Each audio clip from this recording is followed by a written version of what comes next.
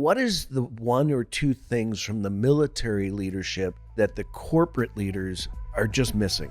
The biggest difference from the military and the corporate world is you train to be a leader. Most are just figuring it out. You get promoted at your job because you're good at your job, not because you're a good manager. And now all of a sudden you have to be a manager and you have to lead people and you have to inspire them. Whereas in the military, day one in boot camp, you start your leadership training. If I had to distill down military leadership just to a few points, the things that I learned in the Marine Corps: take care of your people and they'll take care of you. Make sure your people have the tools to do the job that they need to do, and they'll get it done. And as a leader, set the direction. Give them a clear goal. They will shock you, they will surprise you with how they get there. But let them figure those things out and be there to support them along the way. There's a balance there, because as a leader, you have to interface up and down, and you have to know how to speak to both.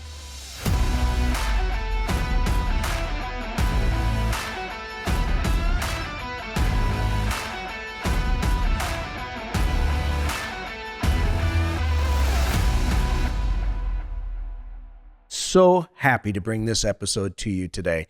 We are going to introduce Ryan Beverly. He's a leadership expert and an AI expert, and how he utilizes AI to help corporations change their operational structures and grow. It's funny how I met Ryan. I love that we did a meet through LinkedIn, which is Random reach out, and Yes. You actually answered. I did answer because you called out a mistake on a website that I didn't own. So that was so great. And that was about the time that I figured out that you didn't actually work for writing.io. Yeah. I was like, oh, I thought she was a COO, Yeah. but she's actually on the board. Yeah. And you guys have that relationship with Kevin. It's great. And we are so grateful that we got to meet through that channel. And here you are. And we have gone to do business together, which is incredible because I don't do that. Well, and it was a weird thing for me too. And I like you said, I was looking at the website. I was like, this is going to bother me, so I'm just going to mention it. And Yeah, I know. I'm glad you did, even if it wasn't about my website, but it was something that it connected us, and through there we met Craig, and it's just wonderful to be able to have a trusted table full of people that understand what it's like in the trenches, Yes. or building businesses or leadership, for example, which is one of your zone of genius. And so with that, why don't you tell us a little bit about your background and how you got to the point of leadership? Well, I would say that my background is a little unusual, but you've met Craig, who you just mentioned, who has a very similar one to me. So I'm a couple of years ahead of Craig in school. We both grew up in Kenya. We're both from the same part of Arizona. Oh, So our parents went to the same church and knew each other. So we've got this cross-cultural, cross-country, global type relationship. And then I joined the Marine Corps. He came back a few years later, was trying to figure out what to do with his life, and ultimately decided. He gave me a call one day, and through friends, we still had each other's contact. He's like, hey, I'm thinking about joining the Marine Corps. What should I do? Oh. And so, I kind of walked him through that. And then he shows up at the same base that I'm stationed at. that's And awesome. then he takes off and he ends up in Japan. And then I get orders to Japan. And then we get orders back to North Carolina and both end up at the same base again. And then we stayed loosely in touch, Facebook following, LinkedIn, that kind of thing. And I saw he was doing a bunch of stuff, and he bounced around. He ended up in Switzerland. And during that time, I'd finished out my Marine Corps career in Pensacola, moved to Atlanta, entered the corporate world. And then one day I saw something, I forget where it was, but he was actually in Chattanooga. I'm like, that's an hour and a half from where I live. That's an hour and a half from my house. So we just started getting together again, and then ended up starting a business together. That's So awesome. That is amazing. And I want to touch on that military leadership experience for a Yeah. little bit, because I think that from our conversations that we've had, it really has framed a lot of who you are today and how you manage and you teach in the leadership space. So what is the one or two things from the military leadership that you see that the corporate leaders are just missing? The biggest difference from the military and the corporate world is that you train to be a leader. You are taught. So you think about it. We go through high school. We study for a test. We play sports. We practice that sport. We have a hobby. We practice that hobby to get better. We do all these things that help us get better at that. And then we hit the corporate world and we toss out, they tell you you won't use anything from college in the corporate world. I'm like, but you learn good stuff in college. Maybe not all of it, but some of it. And that is especially true with leadership.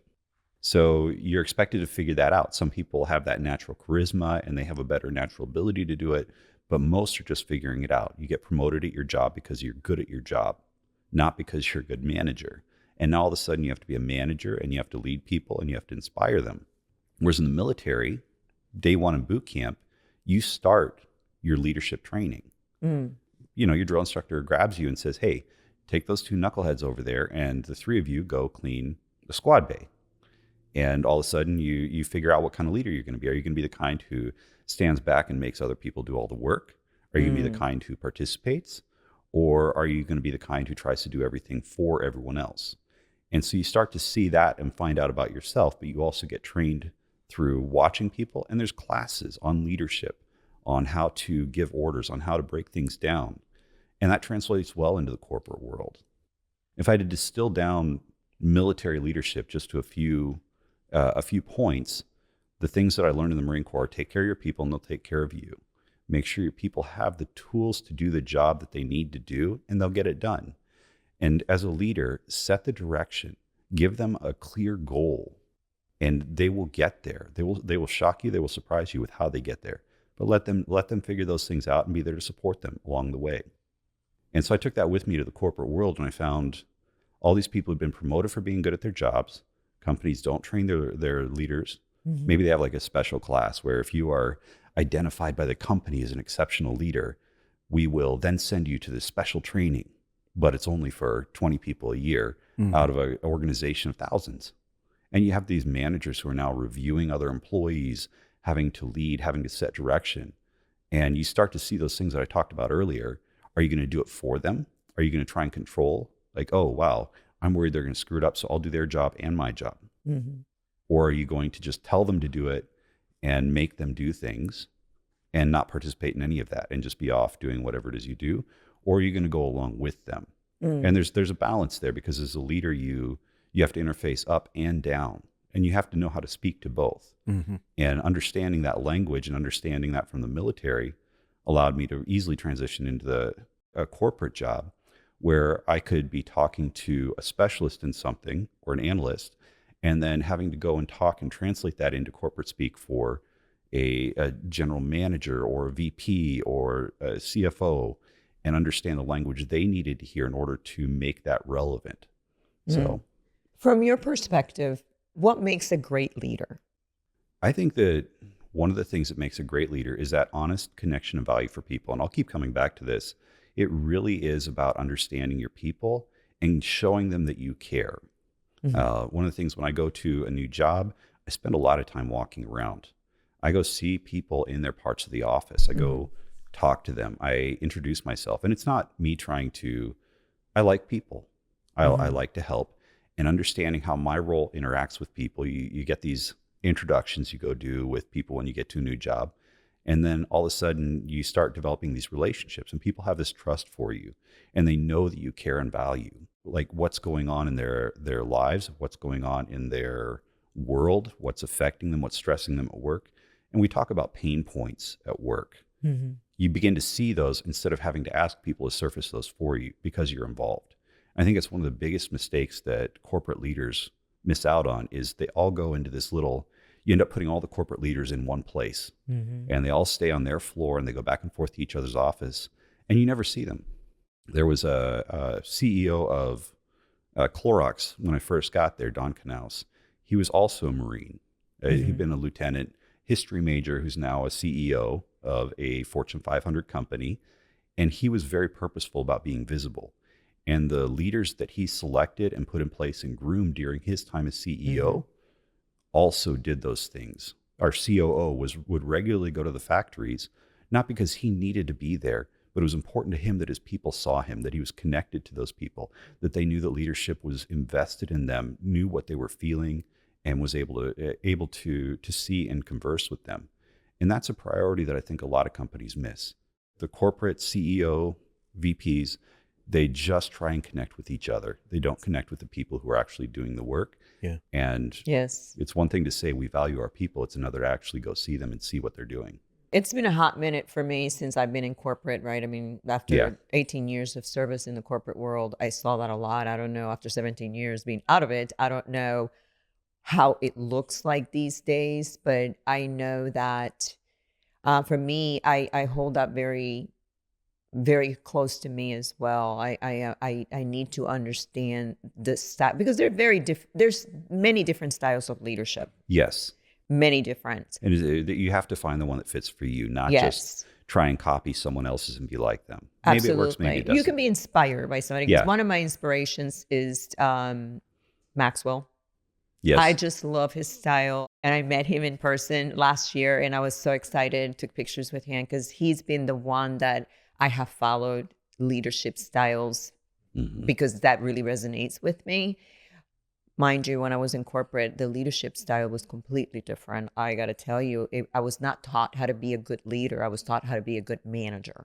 Yeah. And that you were fortunate to get that much training. Yes. Yeah. And then after I stepped away from corporate, that's when I really started to train myself, reading books and getting the different styles and what really resonated with me. That's how I chose to lead differently.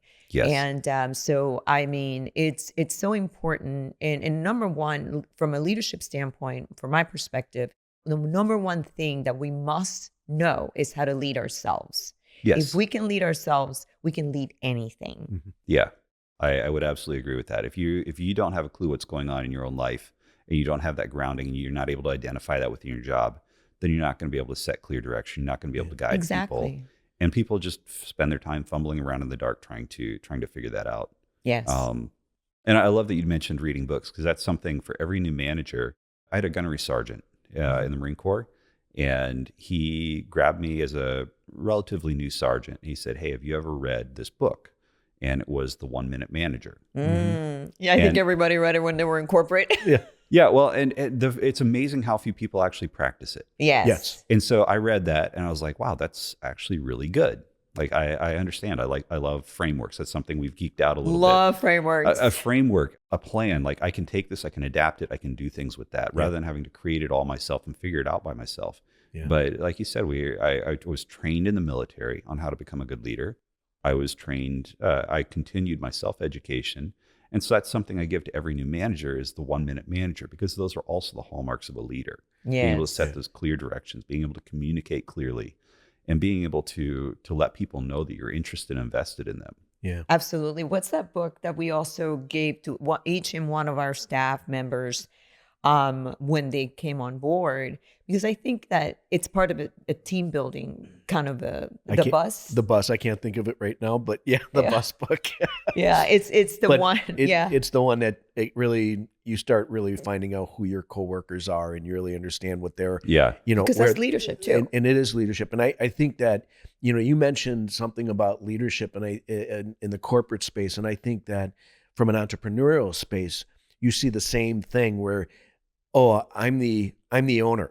Or I'm this, and then the people below them don't really understand what's happening, and the communication style needs to be that. And I remember we had I guess he was a CEO at the time, but his name was Reese Overcash, and he had the 2 minute drill. And what the 2 minute drill was is you'd spend 2 minutes minimum with every person every day about something not work related.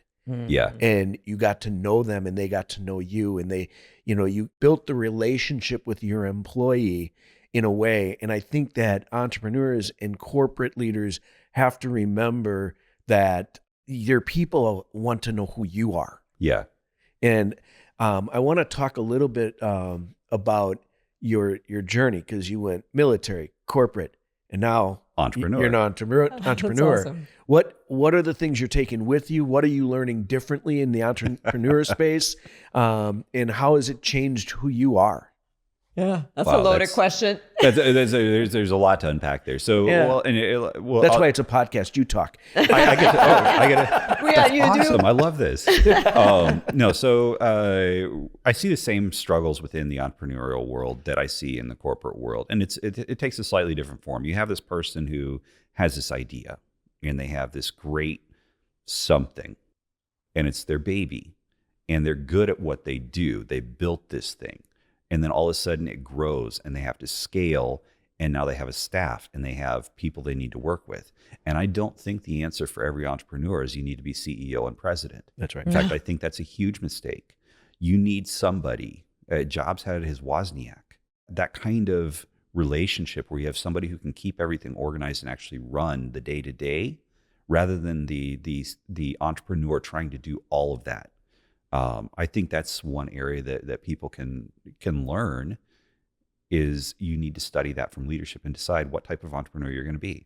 Some entrepreneurs are also great leaders. Mm-hmm. They have a vision and they're good at setting that. They're good at communicating and connecting. It's how their business takes off. And I think that's important to understand about yourself. Knowing yourself is the basis of all this. Like we talked about, if you can't manage your own life, if you can't lead yourself, then you're toast. Yeah. So when you look at the entrepreneurial world, which is, where I'm transitioning right now, and I stepped out 9-10 months ago now with Craig, from the corporate world, coming from mergers and acquisitions, I was good with this messy, this build, this put it all together, figure it out. Oh, we need to address this. And it might not be technically part of my function or my role, but it has to be addressed until we can put someone in place to manage that. That's helped prepare me for some of this. And then I hit this world and I'm like, oh, wow, I have to figure out how to do sales. Mm-hmm. And I was like, oh, well, I did door-to-door sales at a different point in my life, and I was terrible at it. But I did learn how to handle rejection, which would have been something that absolutely crippled me. If I'd done that earlier in my life than I did it, I think I would have been absolutely crippled and terrified of it. Mm-hmm. But having dealt with that in different areas and having dealt with failure in my life and in my career and understanding that it's not the end, you just keep going. So that's that kind of perseverance, being okay with the rejection, being okay with not getting it right, having things not go according to plan, because as we all know, no plan actually survives the first encounter with reality. But you have something to build from and to adapt from. That's enabled me to step into this and working with Craig to really start to put something together. And we know our weaknesses, we know our strengths, we know what we need to bring in, we know what we can do ourselves. And for me, I'm his Wozniak to his jobs. I take care of all the little things, keep him focused, make sure he does the right things. And Craig is my genius. And I'm smart enough, but the way that his brain is wired and the way that he thinks about user experience and the way that he thinks about structure is fundamentally different from mine. My thoughts on structure are very different, and they're good for what I do, but I can't do what he does, and he can't do what I do. Mm-hmm. So that makes it a very complementary relationship.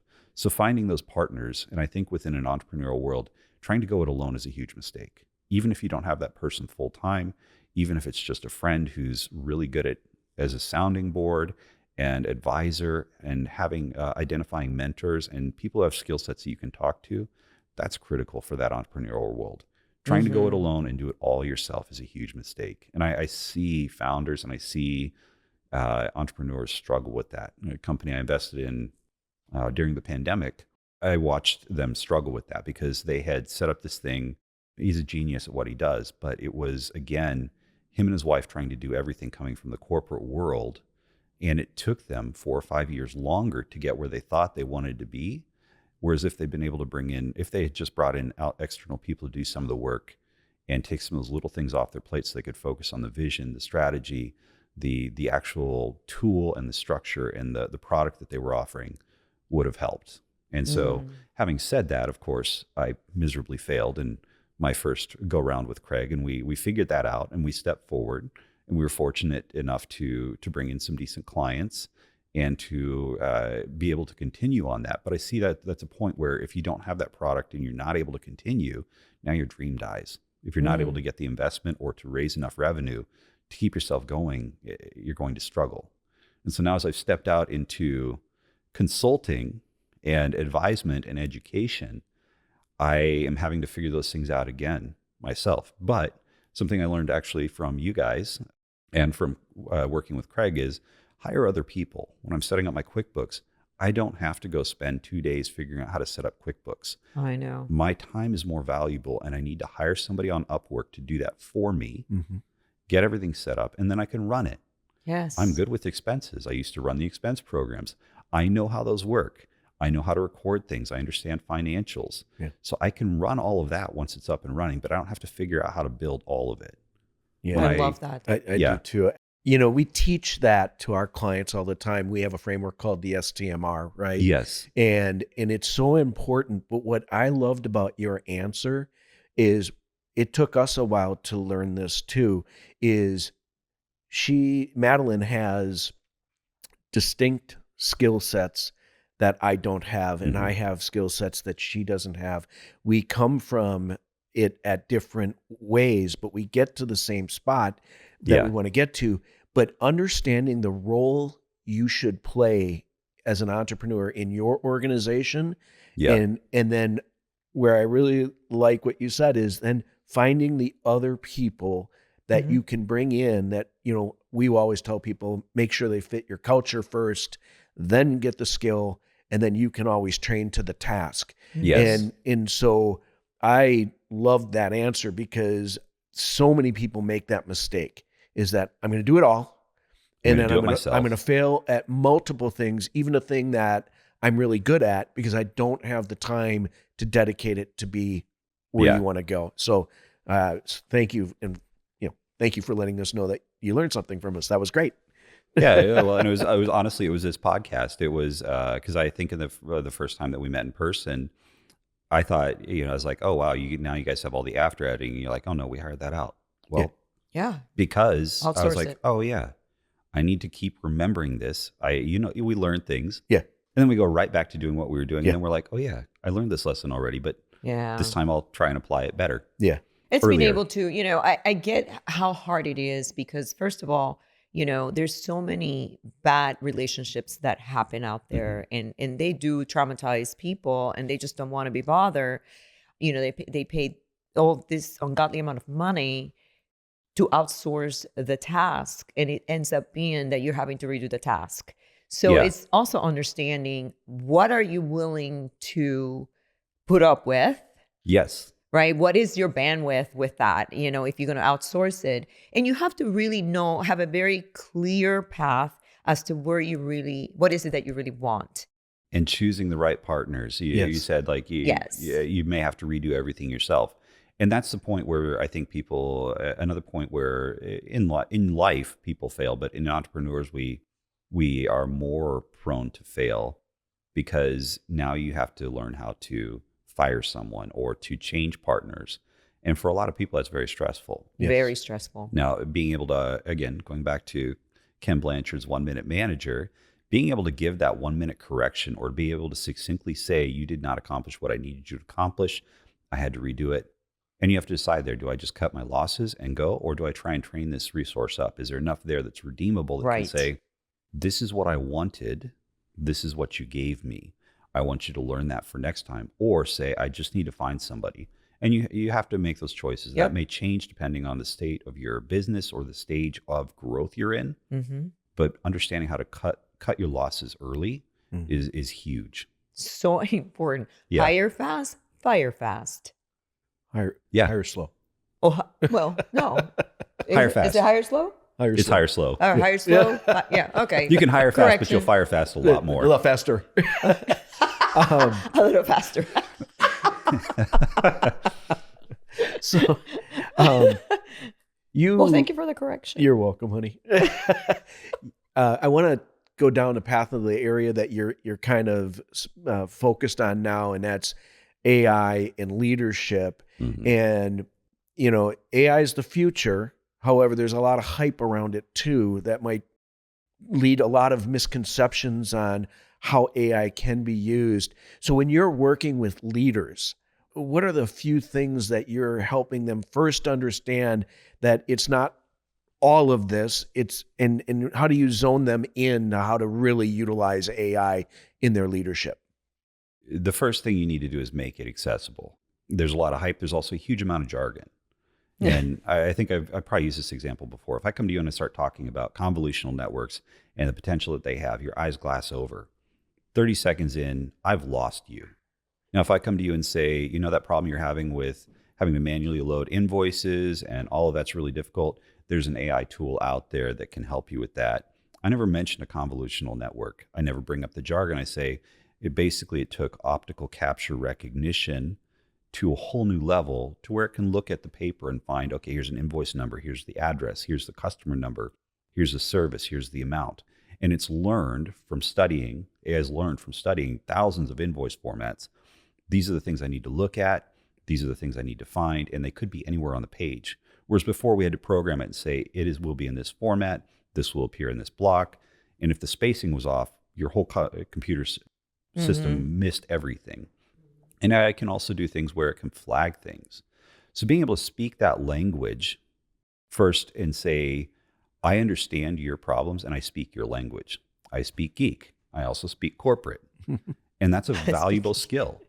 So I can get in a room with somebody who's deep into AI, and I'm not as deep into AI as they are, but I speak enough of their language to understand, and then to take that and translate that into something useful, especially when you think about the corporate world and having our time be extremely valuable. If I send you a detailed email of something and you have to spend more time understanding what I said in that email, then you may not read it. Right. Chances are you won't read it, right? No matter how important it was, or you're going to read it and just be like, I'm not sure what he's talking about. I'm just going to have to talk to him next time I see him. And then you miss that opportunity. Yes. So communication is really what it's all about. So I think about corporate leaders. We need to be focused on things like, what is our financial direction? Are we growing revenue? Are we cutting costs? It may be multiple goals within a company, depending on what your function is. How do you lower those costs? How do you do this? And then aligning your goals with AI to those activities and saying, okay, I understand my company. I understand the people. I understand what they're afraid of, that AI is going to replace them. And now I understand my goals. And my goals are company goals, corporate goals, not AI goals. And that's the thing. These AI mandates, they're killing me, because you get a CEO who says, hey, we really need to get AI to stay relevant. And then the COO and the CFO and everybody else goes and grabs their people and they're like, okay, go get AI. And, the IT is like, we already have Microsoft Copilot. Well, Microsoft Copilot is a personal productivity tool. It is not a corporate benefit tool. It doesn't live within a larger system. It doesn't take over or automate any particular portions. There are other tools that do those things. So now if you think about your customer relationships and having an agent who can say, okay, we have this customer who called in, and very quickly on the screen, it's popped up relevant information, not just a cold fact sheet on all of this. It said, hey, this, it's got a little yellow warning. It says this customer's called in 5 times in the last 2 weeks. You might want to pay attention. Here are the notes. Here's the relevant summary of the problem that they've been facing that you may be expected to deal with. Now you're not asking that person to repeat everything that they said. That agent has done that. You now get into a position where you can take care of that person. You can help them find the solution that they need, and you're able to solve their problem, their pain point, and reduce your churn. If you reduce your churn and you increase your client retention, all of a sudden that translates into more revenue retained. And if you're doing your things right on customer acquisition, using the tools that are available there, now you're able to increase your revenue. That's a corporate goal. And you can point to it and said, when we introduced these tools, I achieved this. And that's something a board speaks. That's something the CEO understands. Got it. But if the CEO just says, go get AI, now you're letting it trickle down to the operational or the tactical levels. And these people are like, okay, well, I'm going to do something that's going to benefit me and help me do my job better.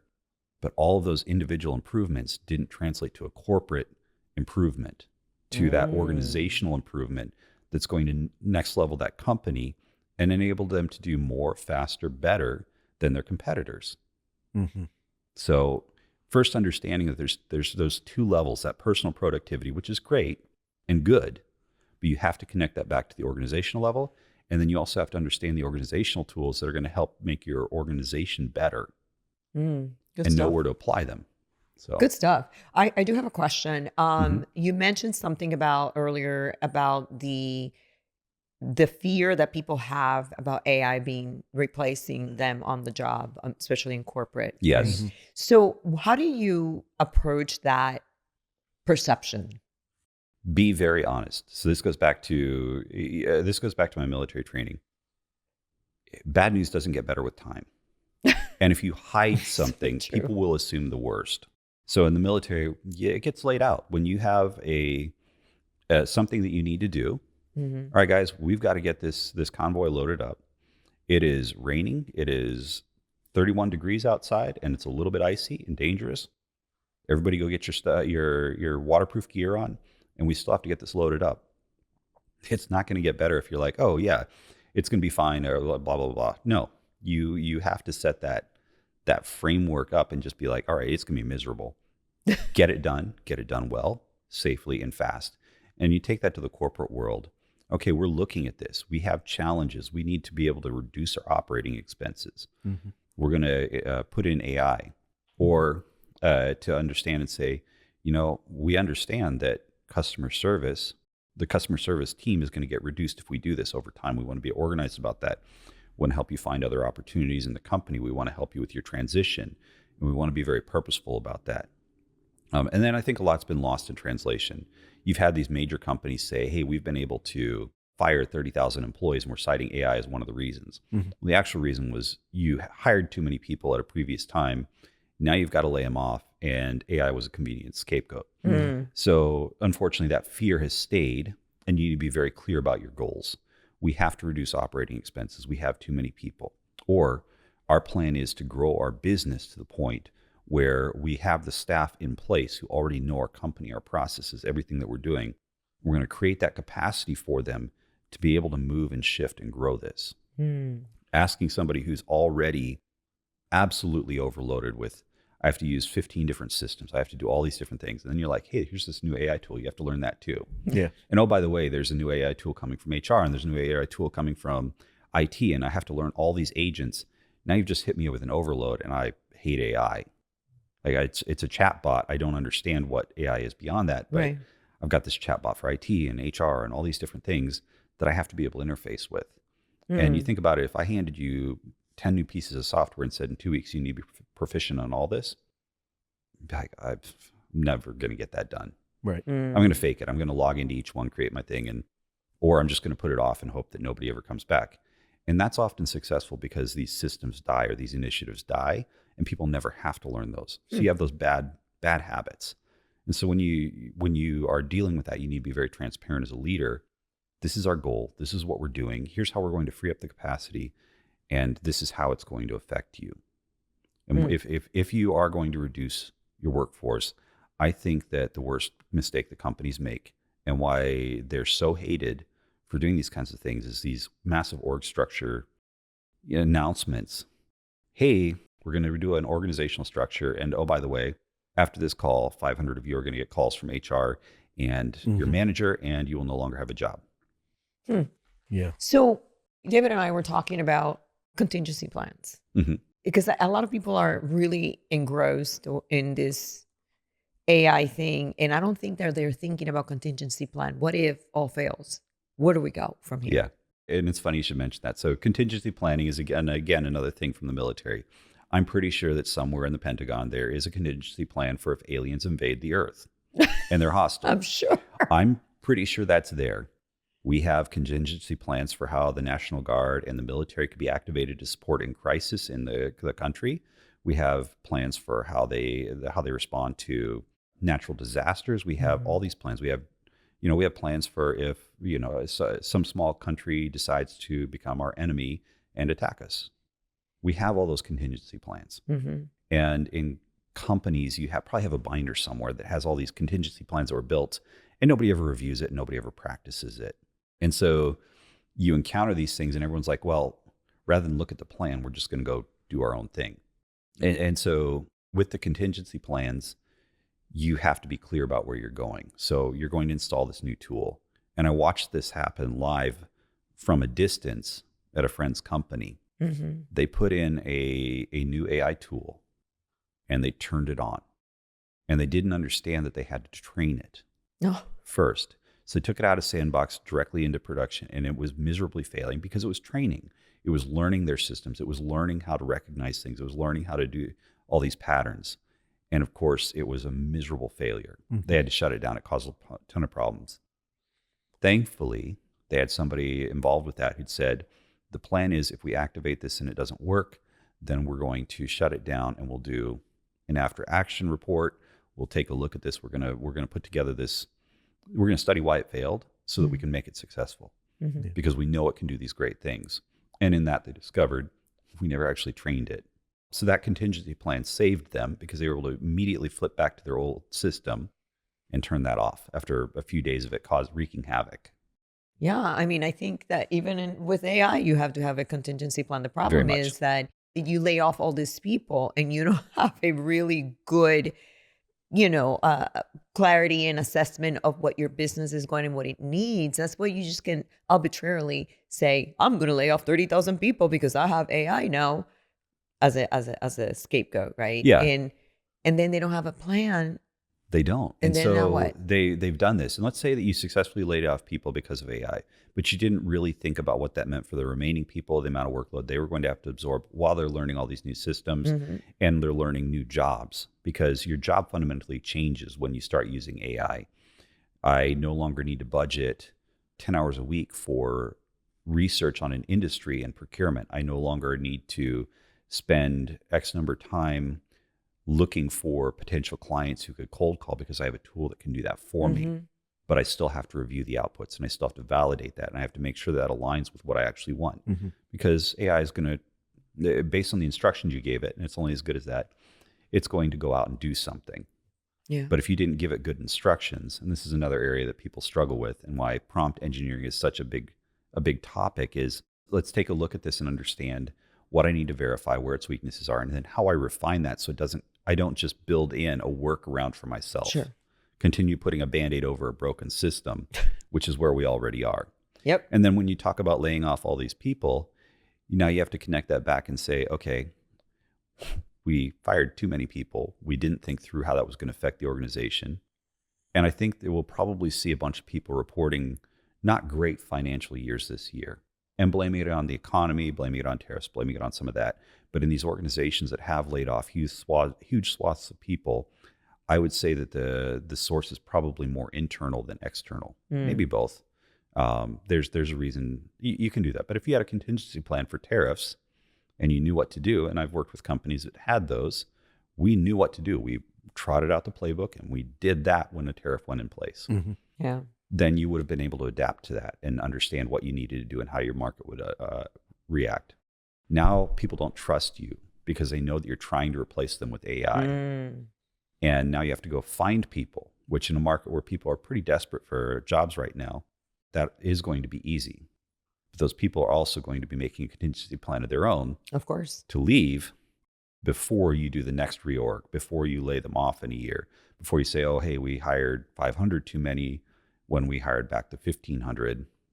Yeah. So, I think that's interesting. And I think I'd be curious on a leadership, when you're working with the leaderships of these companies, how do you get them to understand that the people that are going to possibly be displaced, yeah. right?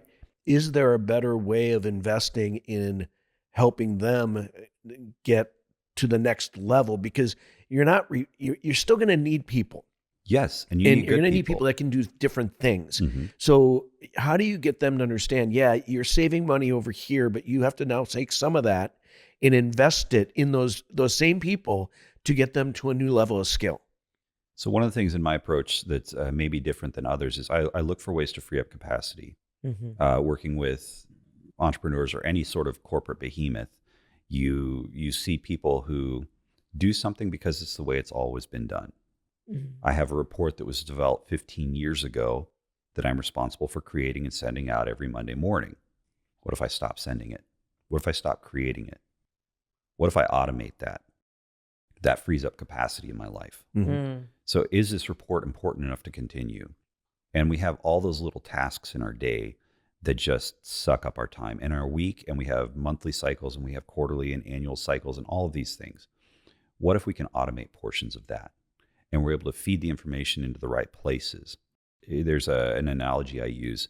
When Excel came out, people thought that accountants were going to be out of jobs because it could all be done on spreadsheets now. And it was a huge revolutionary idea.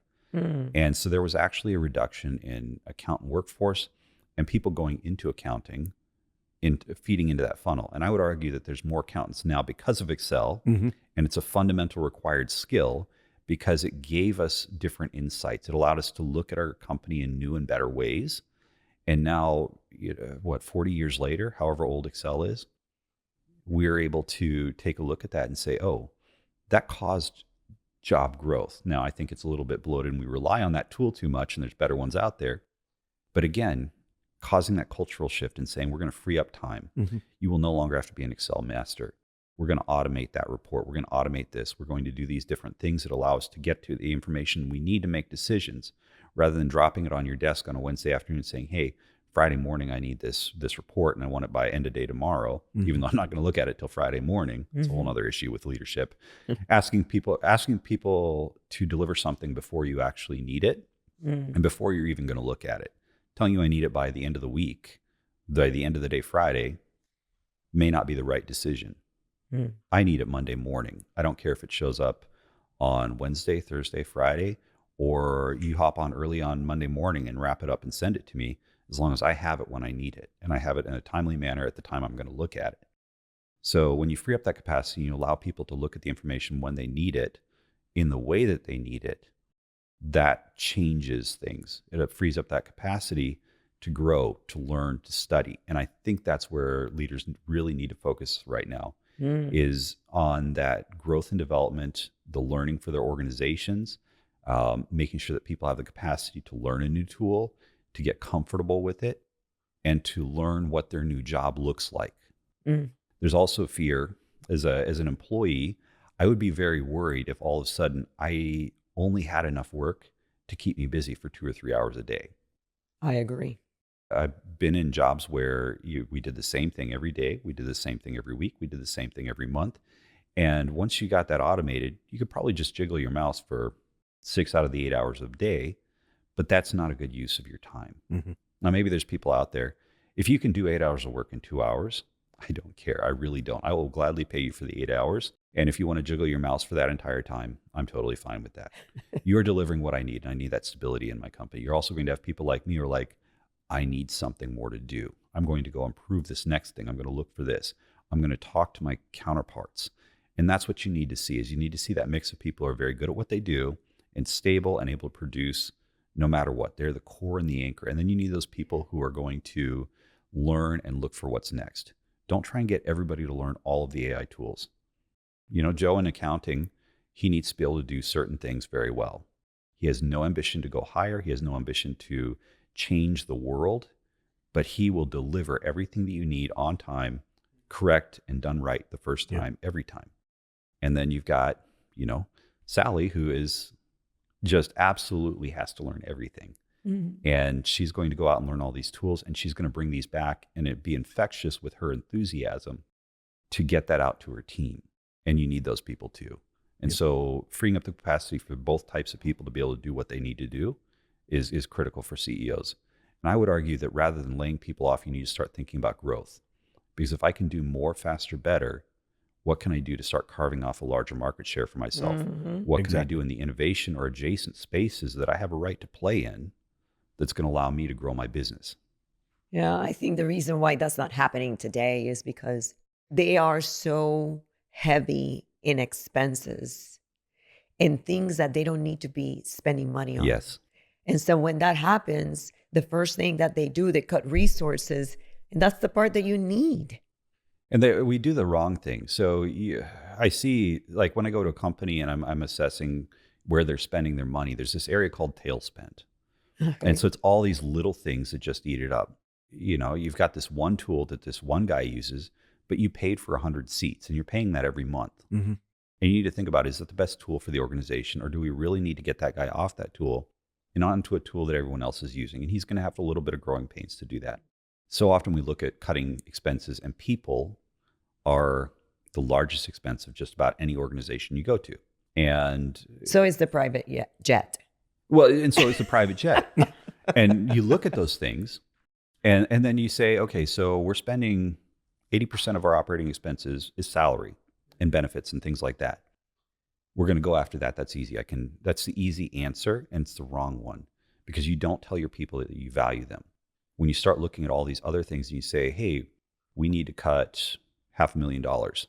Okay, that translates to 6 employees or 2 employees or one VP with way too many benefits, or whatever that looks like in your organization, instead of going and saying, where are we just wasting our money? Yeah. And freeing up of that money to fuel the growth, to fuel the savings, and becoming more efficient with what we do. Yeah, I think that's a great lesson, not only in the corporate world, but again, as business owners, entrepreneurs, the first thing we do is like, okay, well, I gotta cut marketing, or I gotta cut this, right? Okay, well, that's the fuel, right? That's the engine, right? So you don't really want to do that.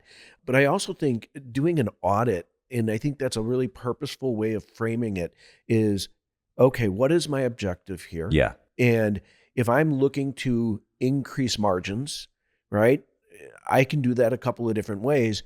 The low-hanging fruit isn't always the one that's going to help you get bigger, faster, and everything else. It's the little things that you forget you don't even realize it's coming out of your P&L. Yes. Right. And it just bleeds. Yeah. And continues to. Can you talk a little bit how you would go in and set up, how would you use AI to audit that? I'm sure you do it now, but yes, but I wanted you to share your knowledge of AI with us, because that's what is so interesting to us right now. So within that, I have a framework, which, Madeline, I know you love a good framework, and it's Flame. And it's built on things that I learned from the military and adapted in the corporate world.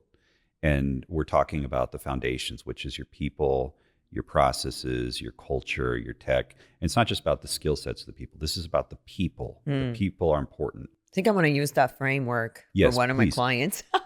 And so understanding that, and you mentioned audits, that's where the audit occurs on the state of the business. And in that audit, you start to uncover what is your tech stack. And we're just going to get a quick download of all the tools that are out there. And a lot of times they show up on expense reports because people use company cards for that subscription to that one thing. Yes. And which is not a bad thing. You just have to acknowledge it. And then when you start looking through it and you're like, wow, there's 100 people doing that for that one tool. Maybe that tool is something the company should get. Whereas so many companies are like, oh, bad, don't do that. Right. No, take a look at that and be honest. And then you layer in the leadership goals, which is what I was talking about earlier, where you're setting the company goals, the company priorities that are things that the board cares about and Wall Street cares about. And that's a whole nother conversation for a whole nother thing. The failure of our monthly, quarterly, and annual reporting cycle in the U.S. and the bad behaviors that drives. But you get those leadership goals, and then you work on the A, which is the alignment path. And for me, that alignment path is where everything starts to come together. You've done all this research and you've done all this work to identify it. And this is where you start to get your procurement team to look at the tail spend. And I know I have great tools, resources that I've used in the past that are AI driven. You can do it in Excel with the Copilot. You can do it in Excel the old school way, but being able to do those things quickly and using AI to start putting this together on that expense report or on that spend report, you may have one vendor who shows up under 5 or 6 different names. Adobe, maybe Adobe, maybe Adobe space something else, or Adobe Acrobat or something like that. Yeah. And you have all these different permutations. They're going to show up as different line items and they won't pop out on their own. Being able to use AI to understand, okay, these are all the same thing. We need to lump them together. And getting AI to say, I'm going to check with you that I understood this correctly. Maybe I have a different vendor named Adobe that provides something completely different. I probably don't want to lump that in. But having that and being able to get visibility to that, and AI being able to rapidly put together all those disparate parts, or say, hey, we noticed this tool over here that does this, and we noticed the same tool, a different tool over here that does the same function, the same activity. That shows up in the alignment when everyone's going, okay, what do we have? What's the state of everything that we have? And then how do we build a plan forward? And that's where why I call it the alignment path is we're going to build this plan forward. We're going to consolidate contracts. We're going to get lower expenses. We're going to eliminate a few things that just we're not either we're wasting money on, or you've got one person and it's causing a huge expense for the entire company. So being able to really look back into that and say, okay, here's what we're going to do, and start to put together, people talk about governance and policy in the world of AI. Well, what is governance? And I've actually talked to governance people who claim to be governance experts about this, and they can't really explain it. Oh. You're not actually a governance expert. You understand data security. And that is one small piece of governance. You've got to think about the vendors that you're having relationships with, the vendors who are providing AI tools. You have to have the right people talking to them, and the right metrics and the right ways to monitor to make sure that the things are going the way they're doing. We see this race to release new tools. Gemini recently upgraded, and ChatGPT, OpenAI, raced to release their next upgrade to ChatGPT. And understanding what changes in those, that model governance is important. And you've got the human side of this. So you've got, the way I break it down is to put it in terms of not necessarily departmental, but organizational, operational language where this governance needs to live. And that shapes your policy, which becomes guidelines or insertions into an existing policy. The last thing you want to have to do is maintain 30 new AI policies across the company. It's brutal. Nobody can support that. Nobody can maintain that. And I see a lot of people standing up steering committees or governance committees or things like that. That is an important part of our evolution, but that has to go away. Sure. So there needs to be an exit plan for that. And so putting together those structures and saying, here's how we're going to do it. Here's going to be how we review it. Here's going to be how we measure it. And that's where the M comes in. So we're going to set up those measurements, both for the internal pieces, but really for the corporate success. I just spent $1 million on AI. I need to understand how to measure that before I ever implement it. So we haven't talked about any implementation or execution yet. We're talking about, okay, what are we going to do to measure this, to say, here's how we connect it back to our dollars. And if I don't see that movement, then I can't claim it was a success, and I shouldn't. But I can learn from my failures. It's another mistake corporate world makes is, hey, we spent a lot of money on this. We trained our resources, and now we're going to declare it a success and make it a success, even though it failed miserably. And we're going to point to something that happened and say, that's because of this tool. No, be honest with yourself and say it failed, cut your losses. Stop trying to make it work. Stop trying to make it show value. And then the E is the enablement. And I don't use execution in this, or enablement and execution, but that enablement has to come first. You have to be prepared. Your people have to be properly trained. You have to have the structure in place to support it. If you raced out and installed AI and now you're just trying to figure it out and who's responsible for it, and everyone goes, it's IT's problem, and IT's like, whoa, this is a finance system. We just monitor the databases and make sure the back end works.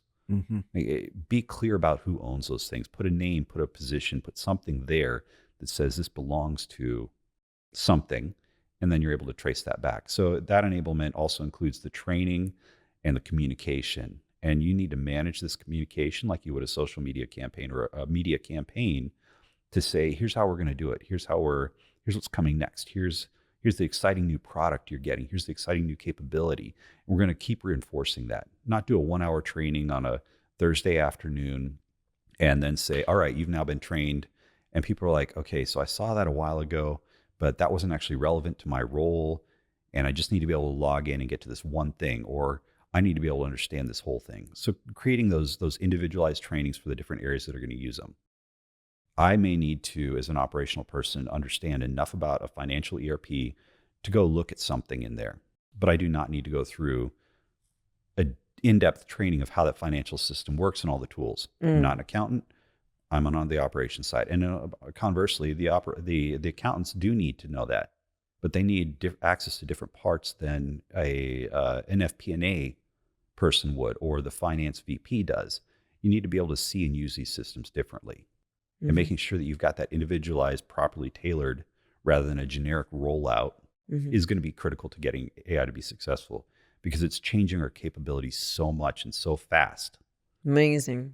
So much. I mean, we can sit here and talk for hours Yes. about all of this and kind of dissect it and try to help those leaders in corporate specifically, because they're not hands-on on a lot of different things. And there's a lot of gaps in their processes. So I'm glad that, there is a person like you that can get them to that level, and hopefully that's the message, right?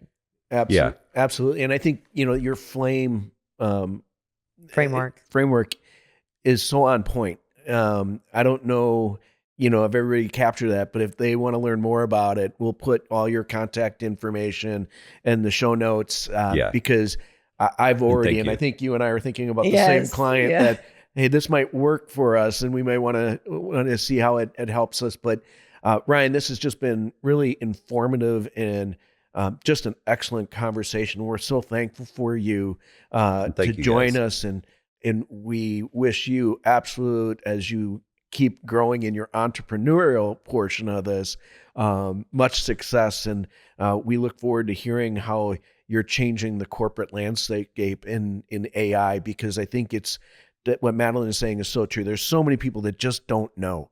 And it's so early on, and we're just not getting there. It's like we're all in school together. Yeah. Well, and ignorance is fine. It's what you do with your ignorance. If you kind of revel in it, that's bad. If you are willing to learn to overcome that, or identify it as like, hey, I need to know more about this. But and I have to say, I'm hugely grateful for the relationship that we've developed, the friendship. If I'm allowed to say that. Oh, now. you're of allowed course. to. I'm allowed to say that, David? Yes, Okay. of course. So I'm hugely grateful for you guys. This has just been a very energizing relationship. I thank you for the chance to share on your platform and to talk to that. And honestly, if people want to connect with me, just LinkedIn is the best place to do that. Okay. I monitor it very carefully. I haven't reached the level of influencer where I need somebody else to manage it yet. I'm working on it, but I'll get there. Yes. But I love to connect with people. And even if you just need a coffee chat to kind of get yourself grounded, that's a great place to. So where, give the audience where to reach you. I know you said LinkedIn, but what's your handle? On LinkedIn, I'm Ryan Beverly. There's very few of us. I do look like this because I updated my picture to actually show me with the beard, which did cause some people some initial confusion when I grew the beard and my picture didn't look the same. I think it looks great. And I believe in the process of changing my company name, it will be ryanbeverly.ai. Currently, it is a Greek strategist that I'm a huge fan of, but nobody can remember how to spell his name or how to say his name, Iphicrates.